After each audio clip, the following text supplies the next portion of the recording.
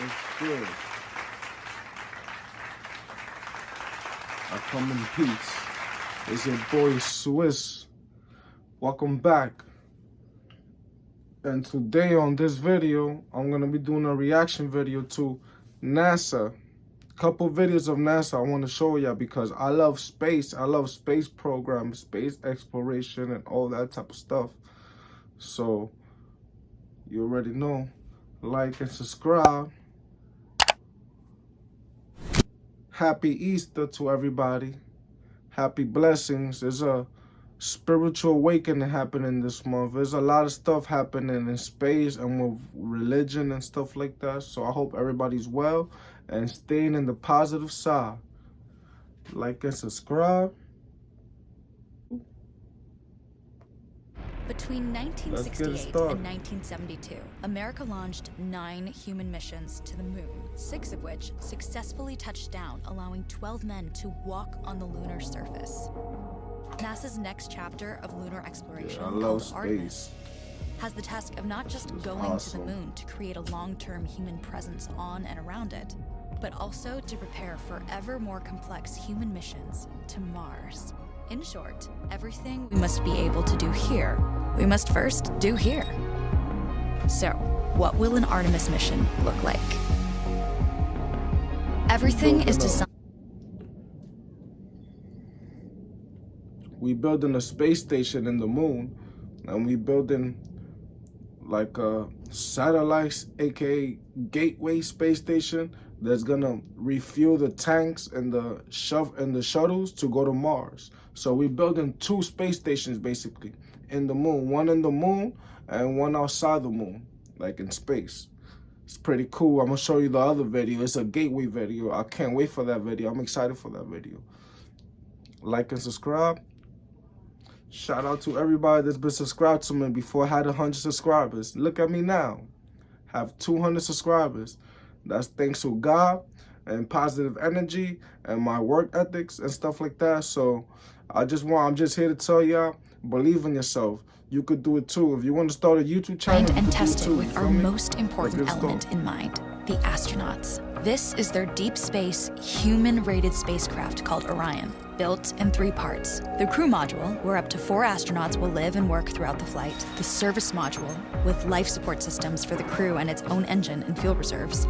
And a launch abort system, with engines capable of pulling the crew module to safety during launch should anything go wrong. To accomplish the task of launching our crew and heavy payloads, NASA is building the Space Launch System, comprising of a cargo hold, an exploration upper stage, a massive core stage, and 2 extended solid rocket boosters. Altogether, this is the world's most powerful rocket, and it exceeds the legendary Saturn V of the Apollo era in numerous ways.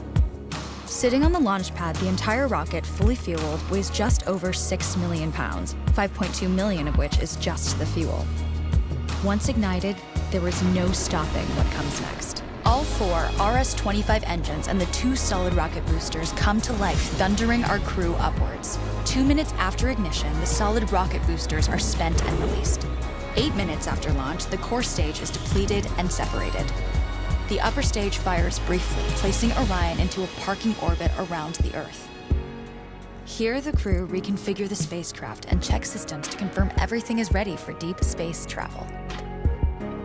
With a go from mission control, the crew reignite the exploration upper stage engines to leave Earth entirely. The exact timing of this maneuver is critical to reach a speed that can escape Earth's gravitational pull, but also put Orion on a course that will intersect the moon days later. Once this burn is complete, the upper stage of the SLS is jettisoned and the crew aboard Orion coast for several days toward all that awaits them at the moon. Approaching the moon, we see the fundamental differences between Artemis and Apollo. Instead of requiring Orion to serve as an expendable lunar command module or to carry a constrained lunar lander, the Artemis missions will take advantage of a different approach: pre-staging. Everything needed for lunar missions will be positioned in advance by commercial and international partners. This includes rovers, science experiments, and human-rated systems on the surface. But it also includes a dedicated lunar station in orbit around the moon called Gateway. Here at this station, we can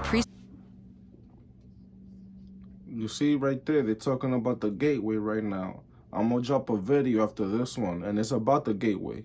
Like they gonna Stage a summarize it, robust but it's lunar really lander and complicated. establish The a gateway, strong communications relay. really complicated. That's why I'm Designed dropping with another open video standards, for the Gateway can be expanded as new missions and partnerships develop, allowing multiple human missions on the moon at the same time and enabling ongoing science to be conducted even between human missions. The Gateway is also capable of adjusting its orbit to allow access to every part of the moon, something the Apollo missions could not do. But the real key in this approach is placing Gateway in a unique halo orbit to perfect the maneuvers needed for Mars missions. And with the growing list of commercial and international opportunities, Gateway is the ideal hub between Earth and all that lies beyond. Returning to our crew as they approach Gateway, the Orion must match the elliptical orbit of the station in order to successfully dock. Once on board, pre-selected crew members transfer to the lunar lander, while those assigned to Gateway remain on station. Like and The lunar subscribe if lander you like system space. itself is built for 3 unique steps. Descending from the halo orbit of Gateway down to a low lunar orbit, descending from low lunar orbit to the surface, and once the lunar mission is complete, launching from the surface of the moon and ascending all the way back to the orbiting Gateway. But at the same time, I'm not, because I actually want to go to space. I want to be an astronaut. That's one of my goals. Once back aboard the Orion spacecraft and undocked from Gateway, the crew fire their engine once to break out of the halo orbit, and once again to sling the spacecraft around the moon, placing it on a multi-day trajectory back towards Earth. As they near the end of this journey, the service module is released, and the crew module is oriented heat shield first. Entering Earth's atmosphere at 25,000 miles per hour, the friction of air slows Orion considerably, while also subjecting it to temperatures of 5,000 degrees. With the Orion now at just 300 miles per hour, a series of parachutes uniquely tested and produced for this moment deploy, decelerating the craft to just 20 miles per hour for splashdown.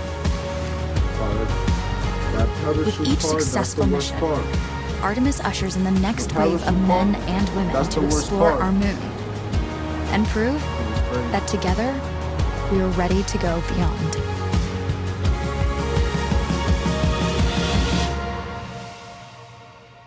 All my subscribers, shout out to you.